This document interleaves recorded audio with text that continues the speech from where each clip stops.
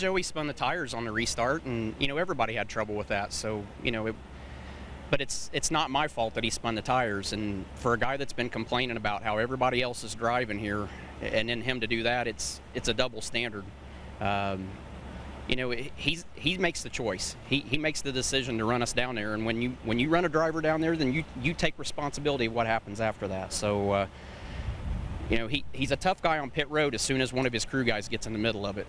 Until then, he's a scared little kid, and then he wants to sit there and throw a water bottle at me. So he's going to learn a lesson, and he can run his mouth on Twitter and stuff all he wants tonight. I got plenty of people that are going to watch for that, and but it's time he learns a lesson. He's run his mouth long enough. He's sat there and done this double standard, and he's nothing but a little rich kid that has never had to work in his life. So he's going to learn with us working guys that had to work our way up how it works. Before all that, man, you came storming up through there at the end of this race. It was just pandemonium at the end. Take us through the on-track action there. I mean, we came in that one stop and got 2 tires and got an awesome restart on the outside that got us to 3rd to begin with. So I was proud of our restart. I was really proud of our team. Steve Addington did an awesome job, and these guys had awesome pit stops and made great changes all day. But I don't know what happened at the end. I think we had a tire going down, or if not, we got something else that actually happened. But it started right before the caution, and then it was really bad afterwards. But still no excuse for Joey to do what he did. It's and just tired of watching these little kids whine, and then they sit there and act tough when their crew guys get in the middle of it. And it's about time. If NASCAR wants to let the guys have at it, it shouldn't be any different in hockey. Let us have at it, and then when one guy goes to the ground, then it's over.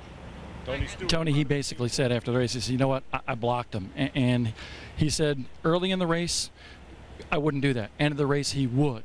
Does that give him any excuse for that at that point? He still takes the responsibility on himself. I mean, he has that right. He has the choice to do that. I mean, he's in control of his car, but if he ever turns down a cross in front of me again, I don't care what lap it is, he won't make it through the other end of it. If I didn't hit the chip, he wouldn't have made it through turn 1 to begin with. So, I'm tired of these guys doing that stuff, and especially out of a kid that's been griping about everybody else, and then he does that the next week. I mean, he's sent Denny to the hospital and screwed our day up. So, he's talked the talk, but he hasn't walked the walk yet. He's always got his crew guys walking the walk for him. He said he wants to call you this week. Will you accept that phone call? Hell no. If he wants to talk about it, we'll talk about it. So after he threw the water bottle at me like a little girl, we'll go at it now. I'm not going to listen. I got nothing. I don't care what he has to say. It's just words right now. Actions speak louder than words.